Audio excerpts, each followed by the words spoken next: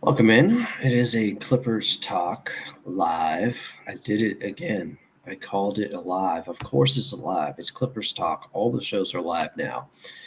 I just was looking up how many shows straight we have gone here without missing a day. Um, we haven't missed a day since October 4th. So, October 5th till now is 99 straight days with the show, as we are 7 days a week here on Clippers Talk. Appreciate you guys. Maybe earlier you were watching the Chargers do Chargers like things and disappoint in the playoffs.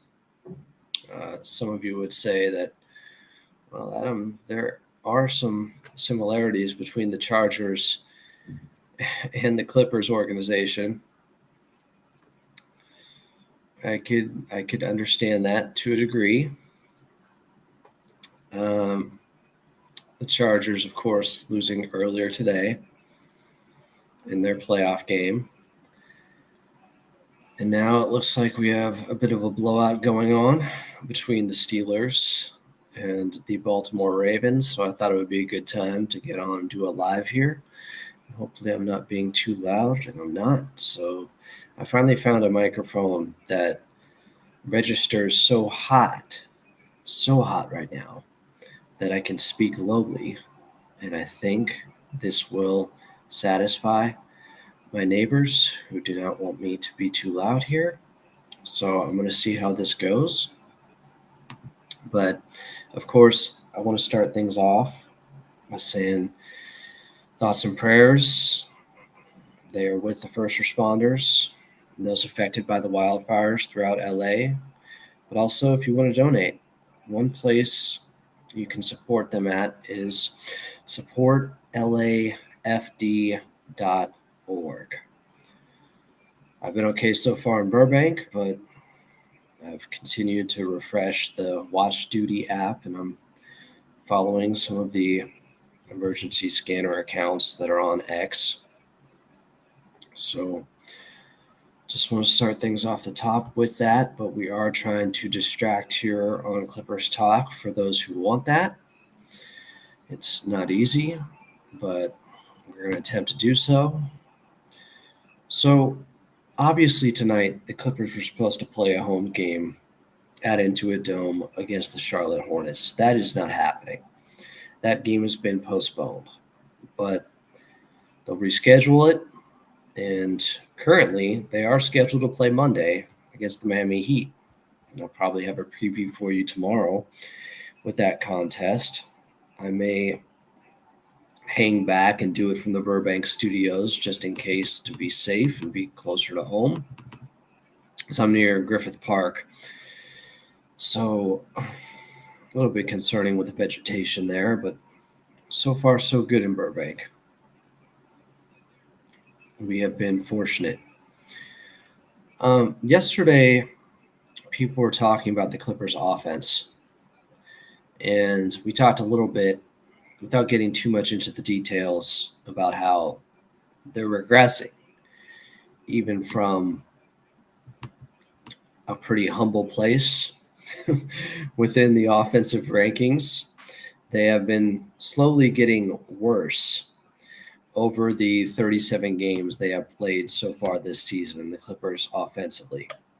So I went through earlier and divided up the numbers. They've divided the season up into three different sections. The first 12 games of the season, the next 12, and then the final 13 that they have played so far within the 37 games, as the Clippers are 20-17 on the season. So we're 37 games in. It's almost 45% of the way into this year, into this 24-25 NBA season. So I divided it up into just about 12 games at a time to kind of get a segment and a section of the season. And then we can kind of evaluate where the Clippers have gotten worse on the offensive side and some of the other numbers too that could relate. But I do want to say If you guys can hear me, let me know in here. You know what? I don't think is my Bluetooth mic not working here. It's using my default mic. It's supposed to be my fancy microphone here that for some reason is not registering. Let me see if I can make this work here. Plug it back into the USB so you guys can hear me more clearly, as I've probably been insanely quiet to start things off. Let me just see. Come on now. What is the issue here? Technical difficulties. I apologize, guys. What is the issue? Shouldn't be one, actually. I'm not sure why there would be. Let me try to troubleshoot this for just a second here. So I want you guys to be able to hear me loud and clearly.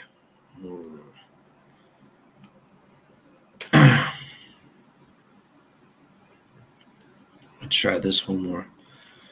Let's try this one more time here, guys. Let's see if I can get this to register on the audio side. I know it's picking it up at least from the laptop, but I have better audio than that. For those who can hear me, how is the sound coming through?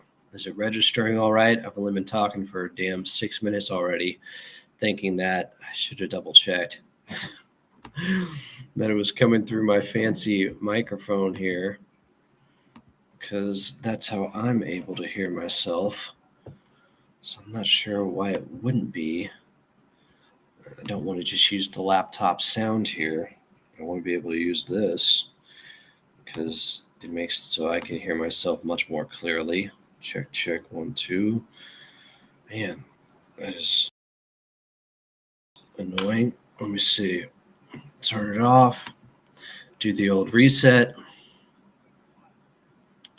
I don't know why it's giving me an issue here. Let's see. Check, 1, 2. Man, this is frustrating. I swear this Restream app all the time is being a problem. So I just want to make sure you guys can hear me all right, that it's loud enough. You guys are saying it sounds good. I don't know if it's using the microphone that I want it to, if it's just using the laptop microphone here. All right. I'll move ahead then. And as long as you guys are good with it, I want to go through some of these numbers with the Clippers from the first 12 games, then the next 12 games, and the last 13 games to see how things have changed offensively. Appreciate you guys in the chat. Alex, I know people are thinking about dime dropper. Everybody affected by the fires. Ray's in here now. I just want to make sure that the microphone is working well enough here. Maybe I'll turn down the football game that's going on. I'm okay so far. As more people are getting in. Drive by buddy. Appreciate you. Still don't understand why it wouldn't tell me. You know what? I'm just going to try one more thing here. Pair new device on the Bluetooth.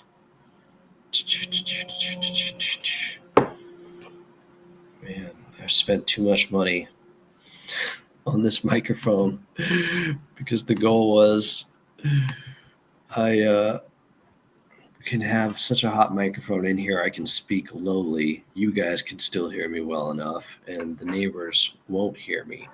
That is exactly what I'm going for. Maybe this is going to be the difference here. There we go. Difference. There we go. You guys should be able to hear me more clearly now. All right. Check, 1, 2. So let's go through some of these numbers with the Clippers offense because it was brought up yesterday on the show. If you guys were listening to it, we talked a lot about Kawhi Leonard and how he's looked so far, but also who he's been throughout his career and some of the big picture legacy narrative stuff. Because I saw a post that was brought up on Clippers Reddit that I found to be interesting. And how do you rank somebody like Kawhi Leonard, who's missed so much time because of the injuries, but at his peak, he is an all-timer. So I recommend that show from yesterday. If you need more distractions coming up after we're done here. But today's show is going to focus in on the Clippers and how they've looked offensively and if they've regressed in that area, if they're going the wrong way on offense. And then also we'll hear some sound from Blake Griffin and Paul George. So the first section of the 12 games we're going to go through is I can't divide 37 games into equal 12 game sections throughout the season because it's an odd number, but we'll go 12 games, and then 13 games. So the first 12 games of the year. So this covers from October 23rd to November 14th to get our first 12 games of the season. And the Clippers were actually 17th on offense at that point. They had an offensive rating of 111.3, while being 9th on the defensive end. So offensively, they were, being good enough, just about middle of the pack. Defensively, they weren't playing as well as they have been recently. They were 9th on that end. Their pace was 24th. And they were 6th in rebounding percentage. And through those first 12 games of the season, the Clippers were 6-6. They were turning the ball over 17.3 times per game. It's gotten a little bit better since then. They were also, and this is key, during the first 12 games of the season, the Clippers were the third best three-point shooting team, knocking down 39.1% of their threes. Their effective field goal percentage was 17th at 54.3%. They were 18th in points off turnovers, getting 17.7 per game. They were 14th in second chance points at 14.1, 13 in fast break points, 16.5, and 15 in points in the paint at 49. So middle of the pack in second chance points, fast break points, and points in the paint. But a big number is them shooting 39.1% from three. That was third best in the league through their first 12 games. So who were the guys that were hot? Well, Norman Powell started off the year hot, was shooting 51% from the field. First 12 games, 50% from three. James Harden, not so much. Well, he was getting 21 points per game. He was only shooting 36% from the field, 31% from three the first 12 games of the year. We know Ivica Zubac was very good. He was averaging 16 and 12 his first 12 games. And Derrick Jones Jr., of note, was shooting 48% from three the first 12 games of the season. Amir Coffey, 53% from three. It wasn't just Norman Powell that was hot. Chris Dunn, 42% from three. So the Clippers were 17th offensively and shooting 39% from three to start off the season, the first 12 games where they were 6-6. Now let's go to the next 12 games from November 15th to December 7th to get the next section of the 37 games they played so far. This is the middle section. In these 12 games, the Clippers were 8-4 over this time. But offensively, they went from 17th to 24th in the second 12 games of the season. They dropped 7 spots in offensive rating. They went from 111.3 to 109.5 on their offensive rating, almost 2 points less per 100 possessions. Defensively, though, they were better. They were 9th the first 12 games. They were 4th the next 12 games. That is a big reason they ended up going 8-4 the next 12 regardless. Their pace got a little bit faster. They were at 19th, but the offensive rating was down a little bit the second 12 games of the year. The rebounding percentage stayed the same, 6th best in the league. just like the first 12 games. And they started turning the ball over about one time less per game. They went from 17.3 turnovers per game the first 12 games of the season to 16.2 the second 12 games. But that didn't help their overall offensive rating. What's the biggest difference? Well, the second 12 games of the season, second 12 game sample size, they were 17th in 3-point percentage. They went from third the first 12 games of the season to 17th from three, from 39.1% the first 12 games to 35.5%, almost 4% worse the second 12 games of the season. They dropped to 21st in effective field goal percentage. They went from 54.3% to 53.1%. Their points off turnovers now went up as their defense got better, from 17 points off opponent turnovers per game to 21 per game, almost 4 points per game. Second chance points, though, went down from 14 to 13 per game. Fast break points went from 16.5 to 14.8. Points in the paint slightly down. The biggest difference, again, is just 3-point shooting. From third at 39% from three, the first 12 games of the season, to 17th at 35.5%. So the offense started to regress after the first 12 games of the season, from 17th in offensive rating to then 24th the next 12 games. So who individually started to shoot it much worse from the outside? Well, it wasn't Norman Powell, because while he only played 5 of their 12 games during this stretch, and that does hurt their overall offensive rating, in those 5 games, he shot 54% from three.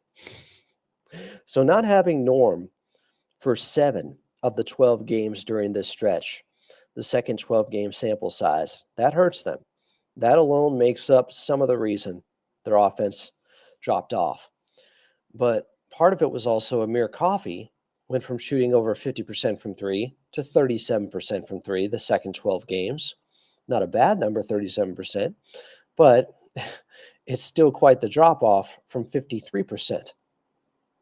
He wasn't the only one. Derek Jones Jr., who started things off the first 12 games, shooting 48% from three. Next 12 games, 32%.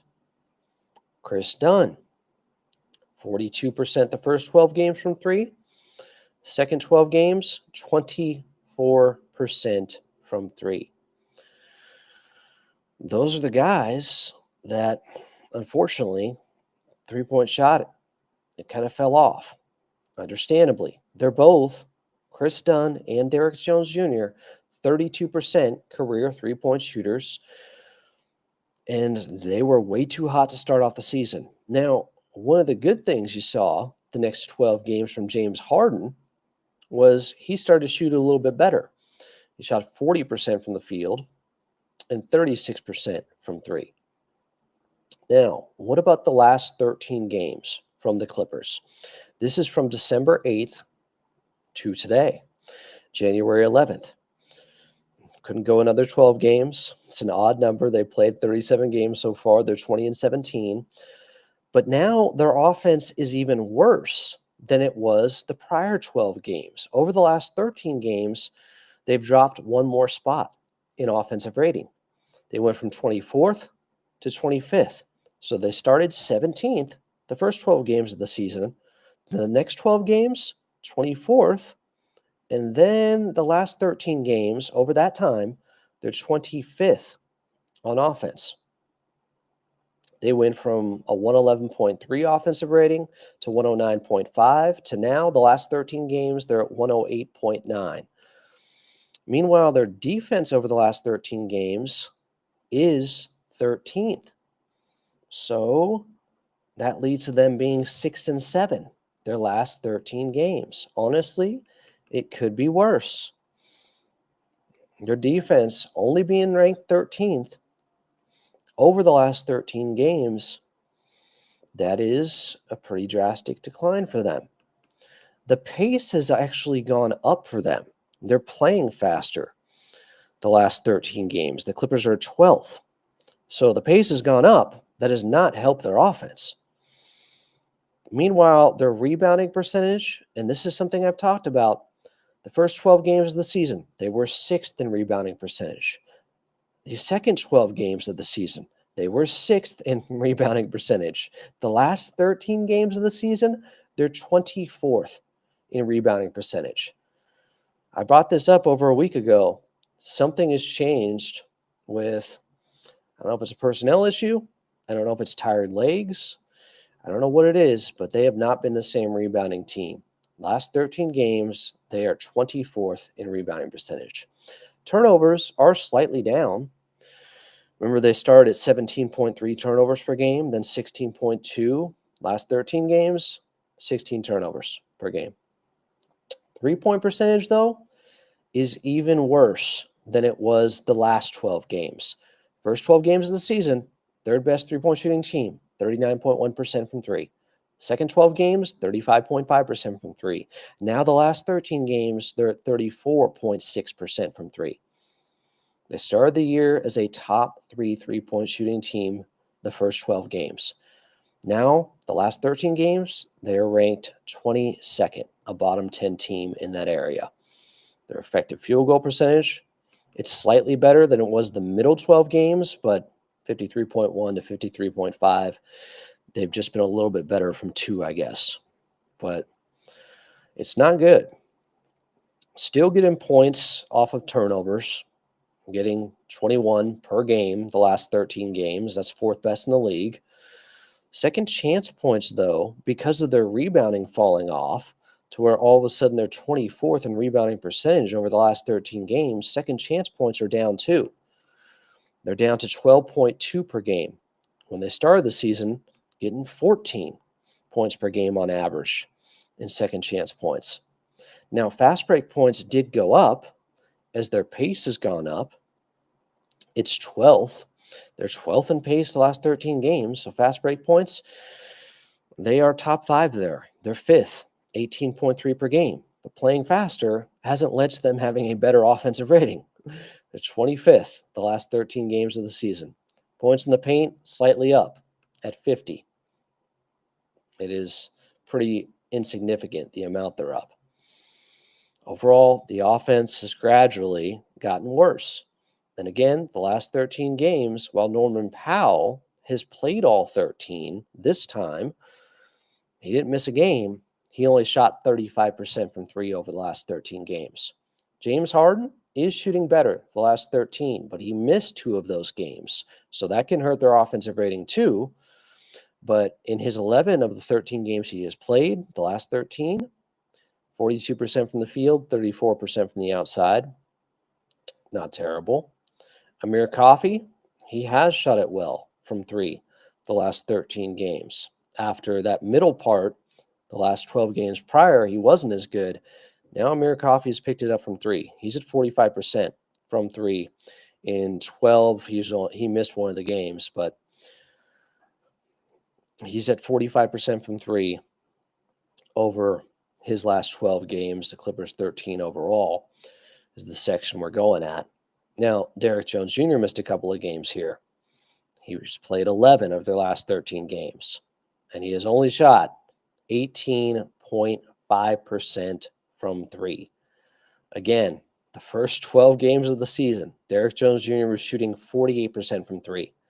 In his last 11 games, 19%.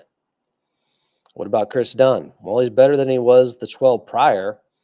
He's at 33% from 3 the last 13 games.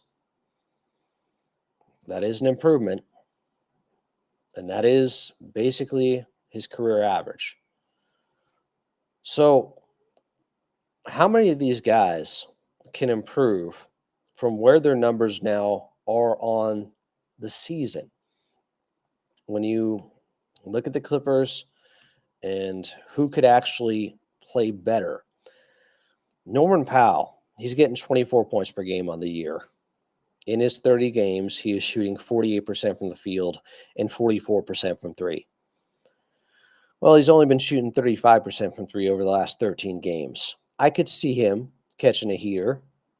He's right about what he shot last season from three. Last year, on the entire year, he shot 44% from three. Right now, he's at 43.7%. So it's possible that he sustains this. It's not out of question. James Harden on the season, in his 35 games that he has played, is at 39% from the field and 34% from three. I expect his numbers to go up, especially after Kawhi Leonard is getting back up to speed. I think it's going to affect James Harden and his efficiency the most, which has been getting slightly better as the season has gone along, but I expect it to get much better. Amir Coffey, he's shooting 48% from the field on the season and 44% from three. What has Amir Coffey done in his career to lead you to believe that that three-point shooting can stay about where it is for the rest of the season? Well, Amir in his career is a 39% three-point shooter. Now, some of that is because of his three-point shooting being so good this season. It's been able to ratchet up his overall career three-point shooting. But last year, he shot 38% from three.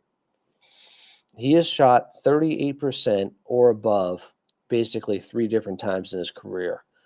But he's at his highest volume of attempts per game this season at 3.9. So this number of 44%, I don't think it's going to hold up, but I think he could end up shooting 40% or above. I think that's possible by the end of this season.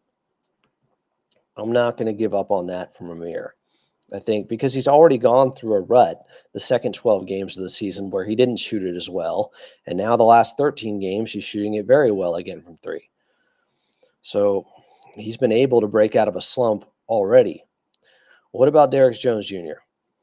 Well, on the season now, after starting off shooting really hot from three the first 12 games, he's now at 35% from three. Can that hold for him? Can it go up before the season is over? Well, if he ended up shooting 35% from three on the year, that would be his best career year from distance. Last season with Dallas, in the regular season, he shot 34% from three. But he has slowly improved. You look at his numbers. Last season in Portland, about 31%. Then his first season in Chicago, just about 33%. His second season there, a little bit higher, almost at 34%. Last season, 34% with Dallas. This season, just 35% right now with the Clippers. It's possible that this is a guy who has been working on his shot and incrementally is getting a little bit better. So maybe he can end up shooting around 36% from three on the year, because some of his shooting numbers should go up from where they've been as of late, because I mentioned this, Derrick Jones Jr. the last 13 games is at 18.5% from three. He's better than that. So he's due for a hot streak that could take up his season average from three up to 36 or 37%. All I asked coming into this season was that he shot league average from three, 36%. He's right below that right now after he has played 35 games. So I'm hopeful that it's still a possibility. Chris Dunn, he is currently on the season shooting 33% from the outside.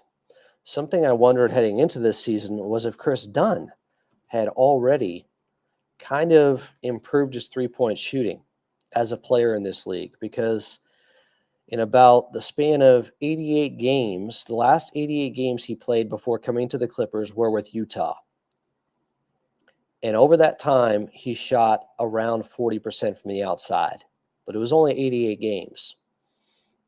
He was never a great three-point shooter before that. He is a career 32% three-point shooter, Chris Dunn. Well, right now he's at 33%. I don't know if you can expect much better. He has been abnormally bad over the last handful of games, although I can't even say that. The last 13, he's at 33%. On the season, he's at 33%.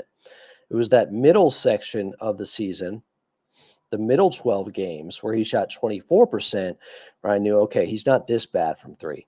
And now the last 13, he's at about 33%, where he's at on the year, just above where he's at for his career.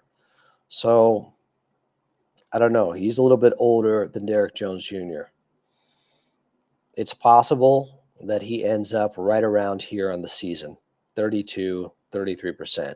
Wouldn't be shocked by that at all. Of course, we got to see what Terrence Mann is going to shoot this year. Right now, he's at about 38% from three, but he's only played 26 games. It's not nothing, especially because he started off really poorly, as we know, from the outside. So you look at Terrence Mann over his last 10 games, and he obviously missed some time with the broken left index finger. But I want to say over his last 10 games, he's been better since he came back. Like, he was just catching his groove right before he went out, where he went 2 of 2 in that big victory over Denver, where he had that big offensive rebound late. He went 1 of 2 against Portland. The sample size is so minute. It's just so small with Terrence Mann with the amount of attempts from the outside. But if you want to look at it this way, this is funny to me. So he is, let's see, for his last 10 3-pointers taken, he is 7 of 10. And that is heavily weighing on his overall three-point percentage this season, which is at 37% after a really rough start. I'd expect him to be right around there by the end of the year. Terrence Mann has proven to be a slightly above average three-point shooter in his career. And that's what he's about at right now. Yeah, he's a 37% three-point shooter in his career right now, and he's closer to 38% on the season. But we're talking about 53 total attempts this year. You know, it's not enough. And we'll see what happens with T-Man being back and how they work this out with rotations. Not going to be easy. But in just looking at who could get better, who could get worse, Kevin Porter Jr.'s at 25% from three on the season, even though he has been better. The last, 13 games from Kevin Porter Jr., he is shooting 33% from three. He started off woefully bad from the outside, but he is getting better there. Somebody else that could affect three-point shooting overall, I mean, Nico Batum just doesn't take enough of them. So when we talk about the Clippers and shooting 39% from three to start the season, and now recently they're at 34% the last 13 games, Nico just doesn't take enough, to really say, or to really have a say in the Clippers' overall three-point shooting. He's taking about, I think, 2 per game, and he's shooting 40% the last 13 games from three. He's at 38% on the season. He's a career 37% three-point shooter. So what about on-off offensive rating numbers with this Clippers team, and who has the most dramatic swing when they're off the court? Well, on the season, that would be Norman Powell. When he's on the court, the Clippers have an offensive rating of 113.5. To put that in perspective for you here, 113.5, if you go through the league and just look at team offensive ratings, 113.5 is what the Phoenix Suns have as a team, and they're 10th in offensive rating. So make no mistake, Norman Powell, huge to their offensive punch. Not surprising. He shot the ball extremely well all season. He's getting 24 points per game. But It's the swing without him. They go from 113.5 with him on the court, their offensive rating, which again is like comparing themselves to the Phoenix Suns, who have a team offensive rating of 10th on the season, to when he's off the court, it drops to 103.5, a 10-point per 100 possession difference. 103.5 is the bomb. That was the station, a hip hop station up north. That's what it made me think of. But 103.5 would be worse than the Washington Wizards offensive rating, as they're at 105.5, the worst in the league. So when Norm Powell's off the court, I mean, their offense just falls off tremendously. Now, Ivica Zubac, another one. When he's on the floor, they have an offensive rating of about 111. When he's off the floor, it's 105. So a big swing when he's on versus off. James Harden, who of course plays with those guys a lot, but he also plays next to a lot of the backup lineups. Well, on the court, he has an offensive rating of 110.2. Off the court, 107.5. So a 2.7 difference there. Obviously, a better team, but it's not a huge number with James Harden on the court versus off the court. And I think part of that is because he's in some lineups with backups. Like you look at the offensive rating with him and Kevin Porter Jr. together, it is really rough. But they have been running those minutes out there still. So that drags down James Harden's overall offensive rating. Otherwise, I'm guessing it would be more drastic, his on-off numbers. But those are the main guys. Those are the big three. Those are the guys that without them in the offense, they get significantly worse. Norm Powell, though, being a 10-point difference on-off per 100 possessions, just huge. All right. We will get to some of the comments in here. Appreciate you guys. Hope you all are staying safe. Yeah, the brick walls do not help with the sound at all, my guy. Trust me. Try it, my buddy. It transfers really well throughout this building. Jay said he thought he was the king of Clippers hats. Give me a run for my money. Yeah, this was a fan of the show who sent me these hats. Let me see if I can make sure I acknowledge him in here. Who was that? Who goes there? Who sent me these hats? I forget. He sent a nice note and I put it on the fridge. Who was it that sent these over? Come on. God, I can't remember. But fan of the show, he sent me a couple of hats. Bach said, so much of our offense depends on our three-point shooting. I mean, you can say that for most teams, but after our first 12 games, our crazy schedule and injuries started taking its toll. Our shooting is what was affected the most by that. Yeah, Norman Powell only playing 5 of those middle section 12 games.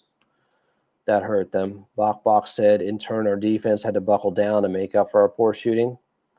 True. I think that's sharp analysis. Timothy said, Adam, we lead the league in three-point percentage in open threes and 20th in wide open shots. The issue isn't mainly shooting. We simply don't create enough shots or enough good threes, is what you're saying. But that's partially the reason they're not creating enough of those open shots is because they don't have enough creators. They don't have enough offensive threats out there, guys that can help get others wide open looks or get wide open looks for themselves. Again, this is why KPJ, a lot of people scratch their head with how much he plays. It's because outside of James Harden, they don't have enough guys with offensive juice out there that can ISO, that can go get a bucket for themselves. It is a drag offensively at times. You have a bunch of guys who are dependent on getting wide open shots like Batum, like Amir, like Chris Dunn, DJ, Terrence Mann. These guys aren't creators. And some of them haven't been knocking them down, especially as of late. Sammy said, The white concrete walls always make me think he's streaming from the county jail. Blockbox said, except for that last game against Atlanta, our ball movement has not been great. Lots of jacking up shots and not sharing the ball for great over okay shots. Yeah, I agree with that to an extent. Drive by Buddy said, I think the new Kawhi system is an adjustment since they were so used to for a cool minute. If you notice in the first return, they got lit. Let's ride for a bit and see what's good. Well, Kawhi's played 2 games, 2 of those last 13 games. And one of them, they had one of their better offensive performances. You said in 10 more games, give it. Ross said Derrick Jones Jr. looked like he is in pain lately. During the game, he was grabbing his lower parts of his body. The thing is, Derrick Jones Jr. has those moments like every game. He goes through something because he works so hard and then just keeps playing. Drive by Buddy said, I mean, within 10 games, we'll see some changes. Eat said, let's go Clippers, or ET. Let's see. Bach said both DJ and Kevin Porter Jr. have not gotten back into form after coming back from injuries. Kevin Porter Jr. missed like 1 game. And I don't know. First of all, DJ has had some good games as of late. It's just the 3-point shot that has evaded him.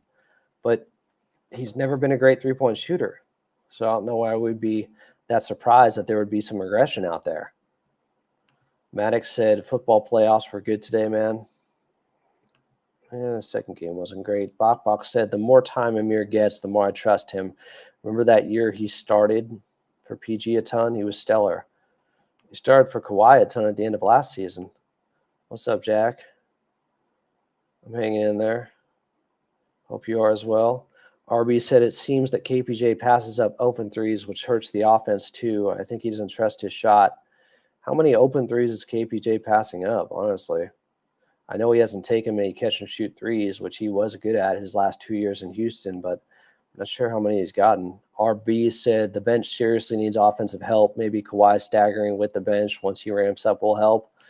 Yeah, a lot of this is just fixed by Kawhi. It's going to create more open shots for everyone else. It's going to have a guy out there who was the best isolation scorer in the game by a wide margin last season. Like that, just getting Kawhi back to being Kawhi Leonard, the version of Kawhi that we expect to see, that alone is going to help this team tremendously on the offensive end. I think with Kawhi out there, they're going to be like a top 10 offense when Kawhi is right.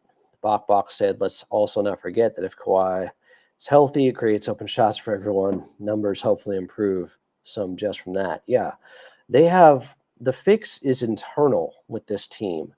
It's just having Kawhi playing 30, 35 minutes again. And if he is 85% of what we saw last season, then their offense is fine. Jeremy Mormon said, if the league reschedules the game against the Hornets as an additional back-to-back, I'm protesting. Ray said, how are the players holding up? I haven't seen any reports about the team practicing. I haven't either. Ray said, also, will you be performing at the Into a Dome Fire Aid concert? I didn't know about the concert. I don't know why they'd have me performing. Timothy said, yeah, also KBJ don't create enough shots. I agree. What do the Clippers do?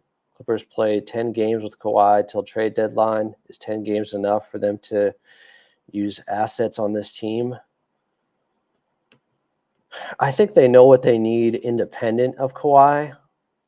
I think regardless of how good Kawhi looks, they could still use a more seasoned backup ball handler and a backup big. I think regardless of how good Kawhi looks, they could use one of those guys. But I don't think they're going to go out there and make some big swing or give up a ton of assets for those players. I don't think they're going to mortgage any of the future or give up a first-round pick.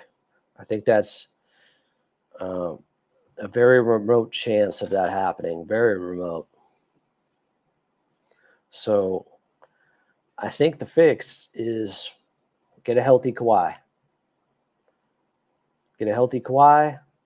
They will be a top 10 offense. I've been saying that before the season even started.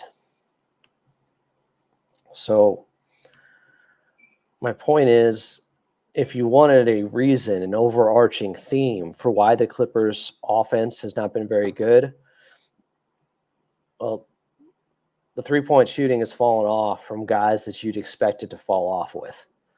DJ and Dunn started way too hot from three, so the regression came fast and swift, and it was dramatic to get back to where about they shoot in their careers. Amir, though, it's holding up right now. Amir went through a rut, has come back, and he's been shooting it well. Joe Martin said they should. It's championship or bust for the Clippers. They should not give up. They should not give up future pieces when you don't even know if Kawhi can stay healthy. That's ridiculous. Why on earth should they do that?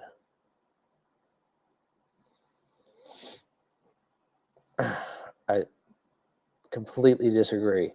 You can go out and get Jimmy Butler all you want. If Kawhi's not healthy, it doesn't matter. You're not going to be able to win a championship. That's not going to be enough. The main piece is Kawhi. Either he can stay healthy and you have a shot regardless of a big move, because I do believe with the way this Clippers team is constructed right now, they could come out of the West. They're not going to be favored in some series, but they have a shot if Kawhi's healthy. You do not go out there and mortgage the future anymore when Kawhi has not been able to stay healthy. So I'm trying to see the news for the concert you guys are talking about. The Fire Age show. Is there any details about this? I'm trying to look it up. Let's see here. Maybe you could get Brogdon without giving up a first. I think you probably could. He also has a lot of injury issues, but if you didn't have to give up much, I'd consider it. I've always liked Malcolm Brogdon. The Clippers, once upon a time, did trade for him. He's only played 18 games this season, though. The injury issues remain with him always. For a team that already has to deal with that, doesn't seem like a great move, to be honest. If they got him for the right price, I'm all for it. Believe me. When is the concert, guys? Is there a date? Or is that too early? I'm not seeing the official Clippers account post anything about it yet. Just doing a search now. So January 30th at Intuit Dome. The Fire Aid Benefit Concert dedicated to supporting California wildfire victims. Live Nation, proud to support. That's great to see.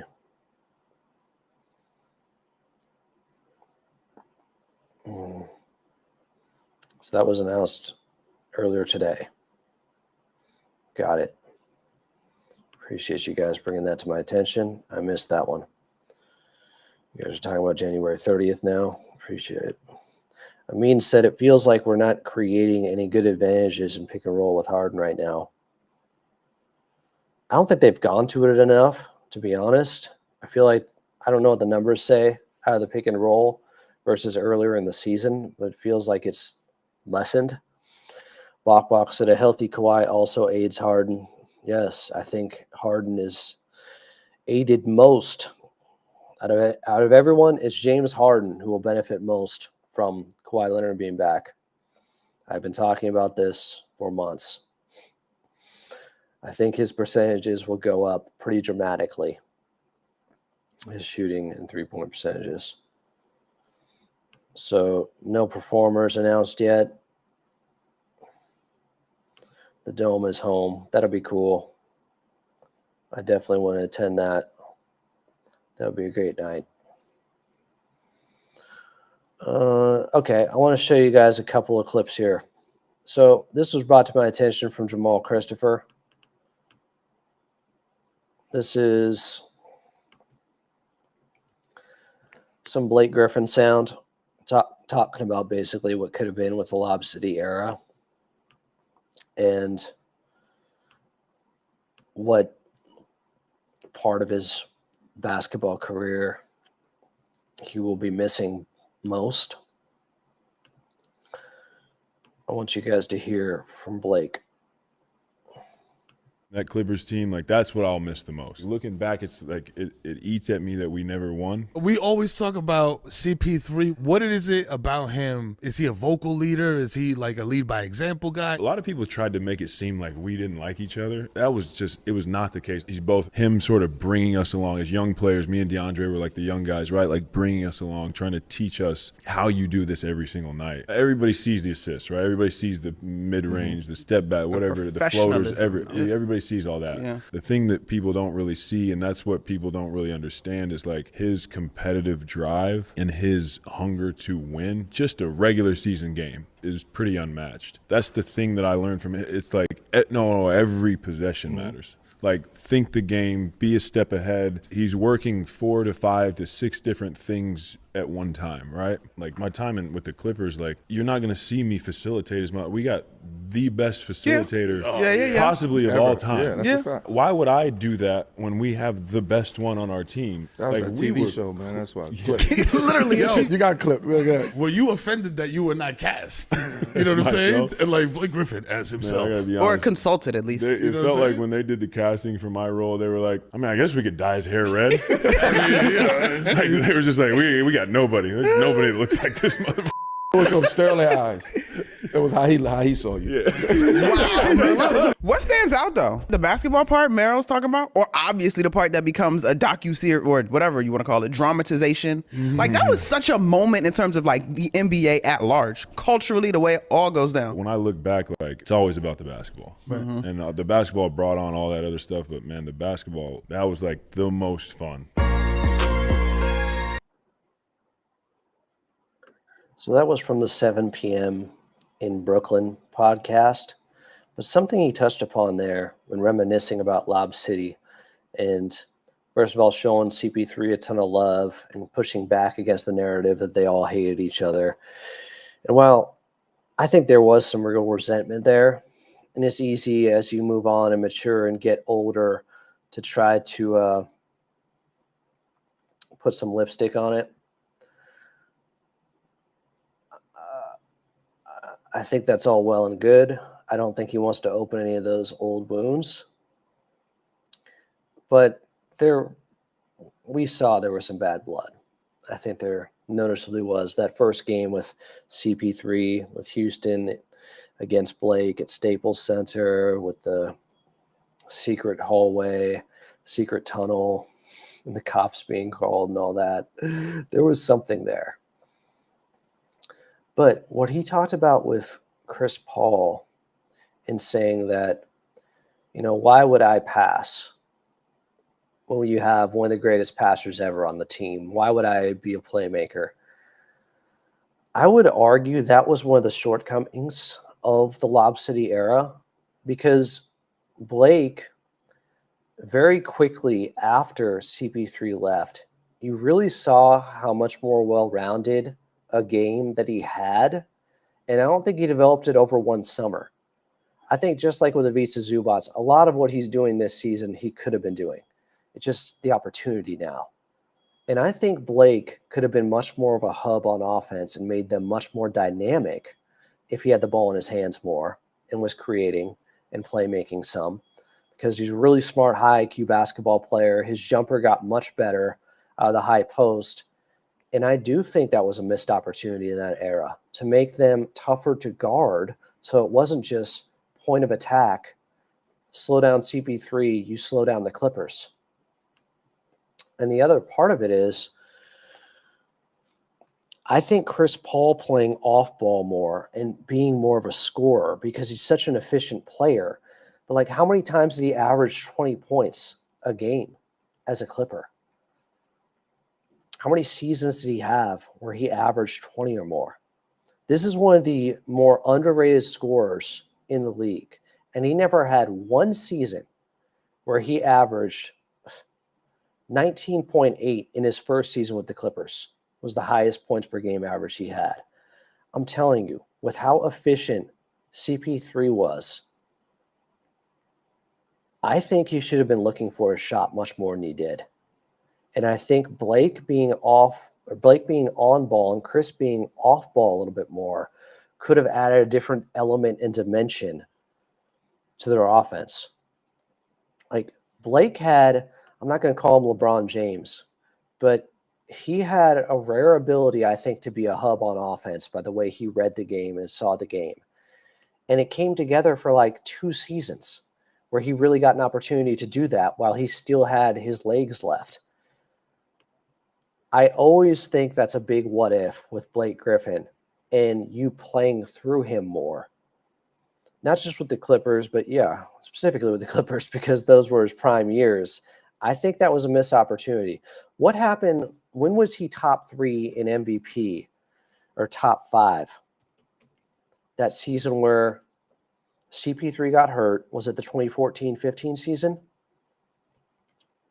When he got those MVP votes?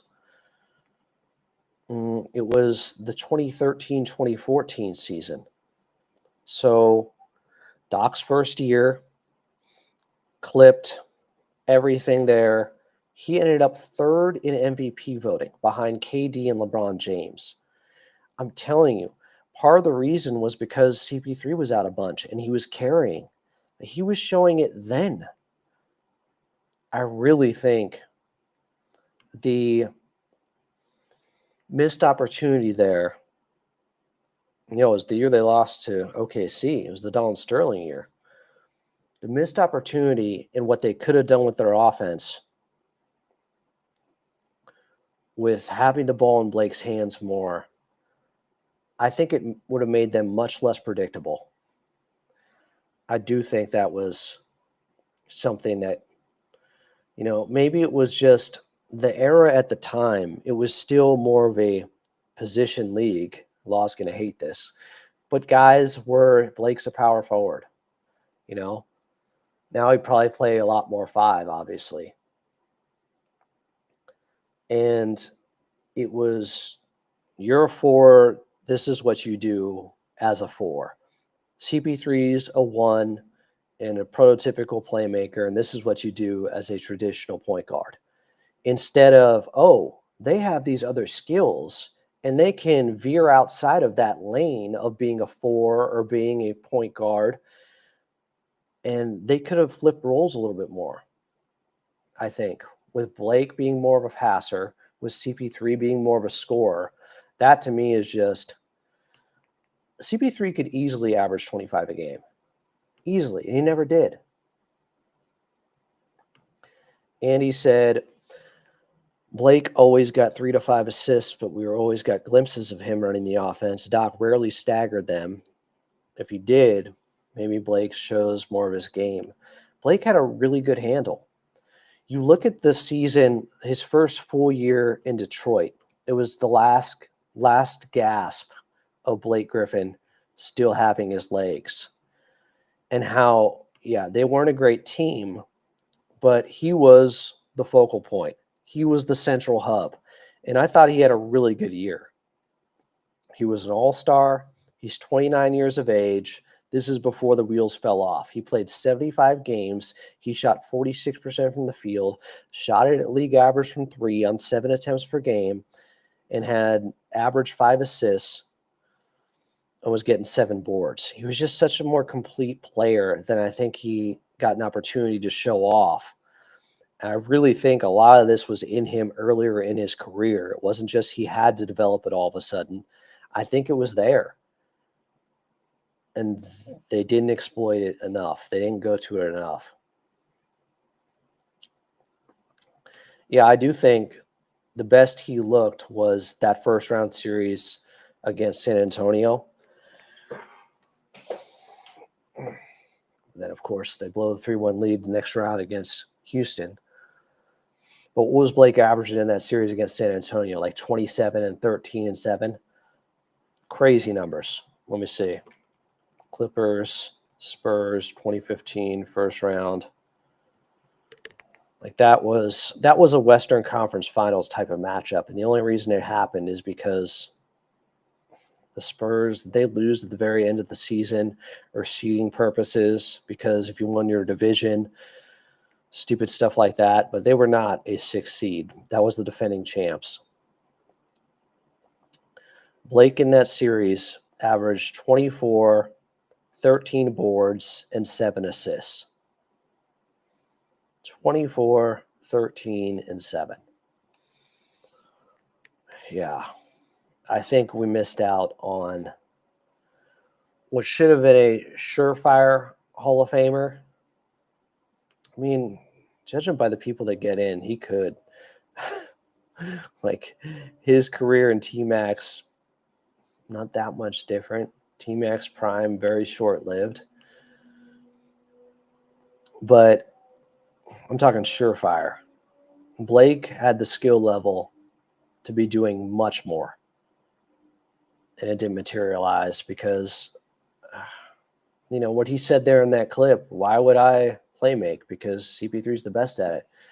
Because it could get CP3 to score more, and it can make them tougher to guard when they have multiple ways to beat you, which is how teams have to do it now.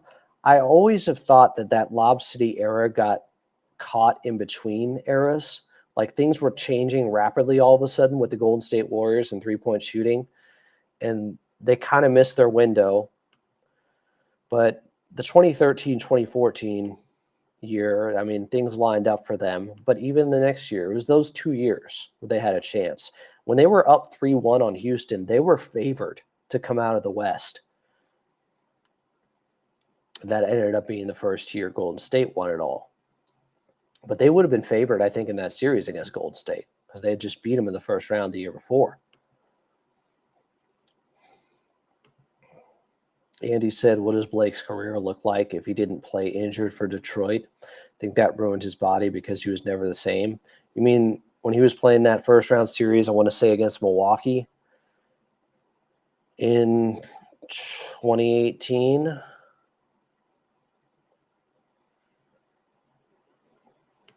Yeah, Blake has some of the craziest posters ever.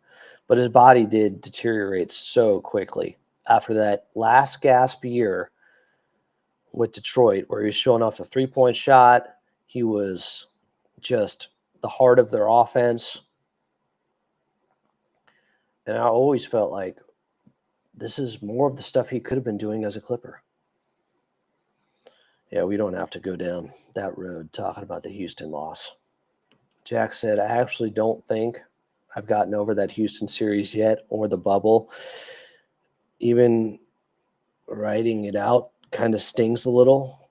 I may never get over it. I don't know, Adam. It's crazy times. Yeah. Because,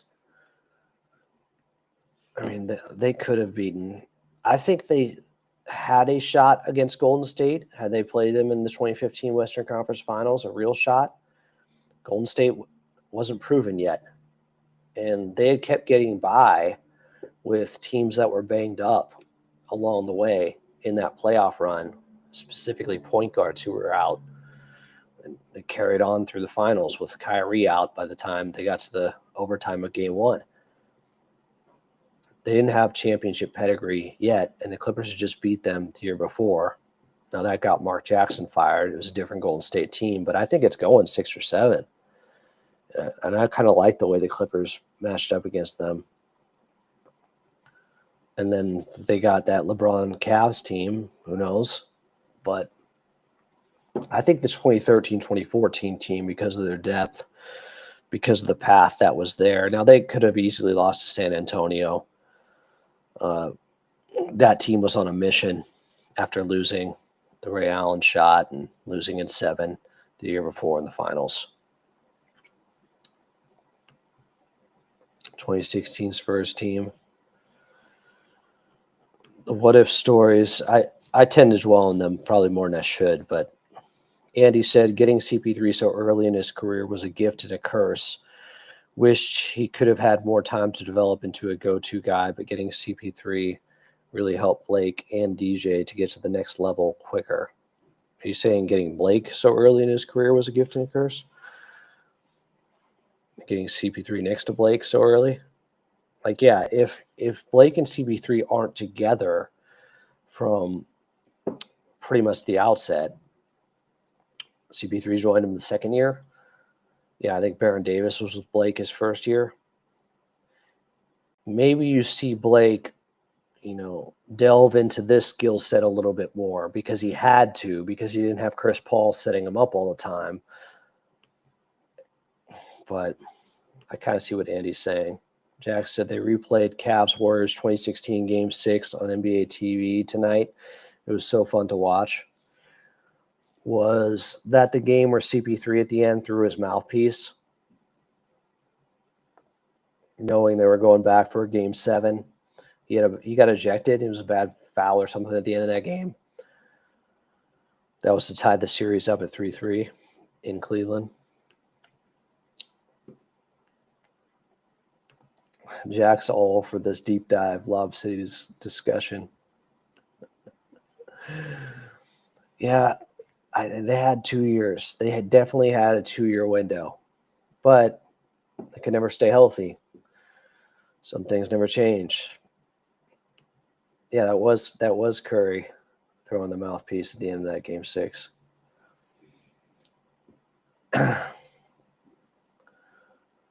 Well, I have one more piece of sound to throw your way.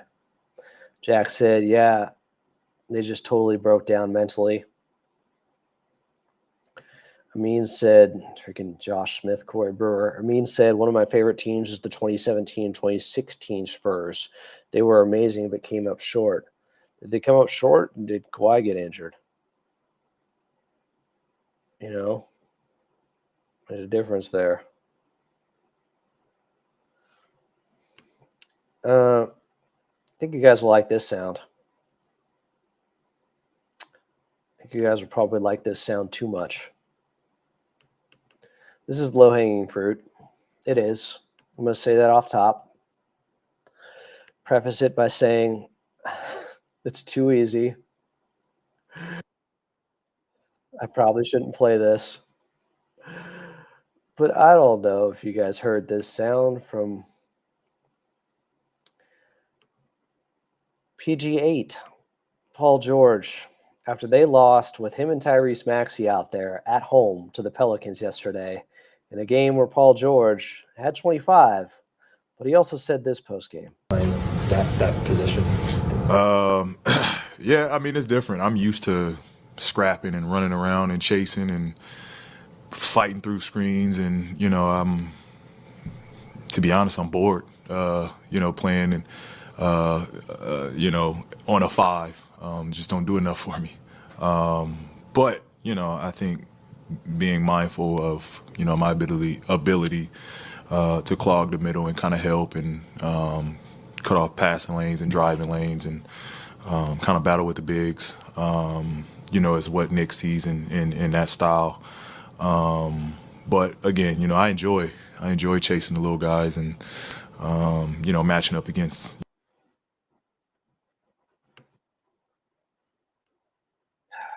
How do you guys feel about that?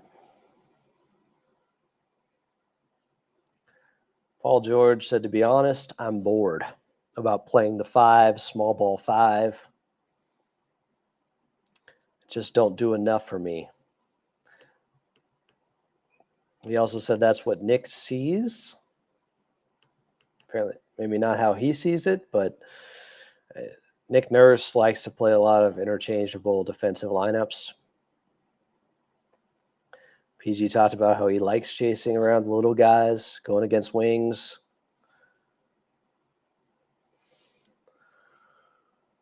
The Philadelphia 76ers are currently still on the outside looking in of the play-in in the Eastern Conference. After losing to the Pelicans, who are 8-31, The only team worse is the Washington Wizards. The Toronto Raptors are also 8-31. But Philadelphia is 15-21. Currently 11th in the East. 2 games behind Chicago, who are 10th. 2 games behind being in the play-in. I thought they would have gotten it together more by now, but Joel Embiid gets, unfortunately, hurt again. Man, the Paul George comment there. Hip to Clip said, didn't he complain about having to do the dirty work just this past season? He did. After saying it's going to be great to do the dirty work when they first got James Harden. And then at the end of the year, when they lost to Dallas, he talked about having to do too much of the dirty work because the guys they lost to get James Harden, Nico and Rocco, were doing some of that.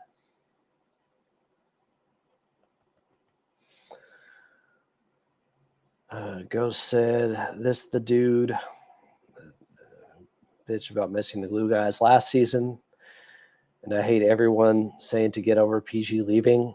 We got clowned hard when he left for fumbling. I mean, that's fair. A bunch of people said, oh, Clippers are going to get way worse. Why wouldn't they just pay him?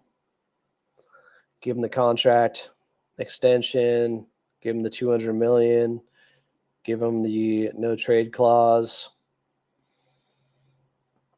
Philly fans, yeah, shockingly, Philly fans have put up with him and defended him. It's early.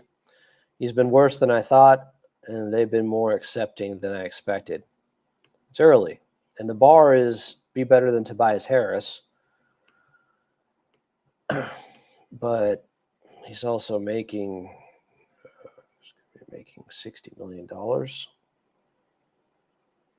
More power to him. Good luck in Philly. I just found that comment interesting. Paul George complaining about his role. And you put him in a different role, and then he doesn't like that later. It's always a moving target, how to use him. Too many pin downs. Now I'm on the ball too much. Low-hanging fruit. You guys know. You know the drill. All right. Appreciate you guys. This has been the 99th straight day of having a Clippers Talk episode. Tomorrow will be 100 straight days. We'll preview the game that's scheduled to happen against the Miami Heat at Intuit Dome on Monday night. Be safe. Love your neighbor. We'll talk to you tomorrow.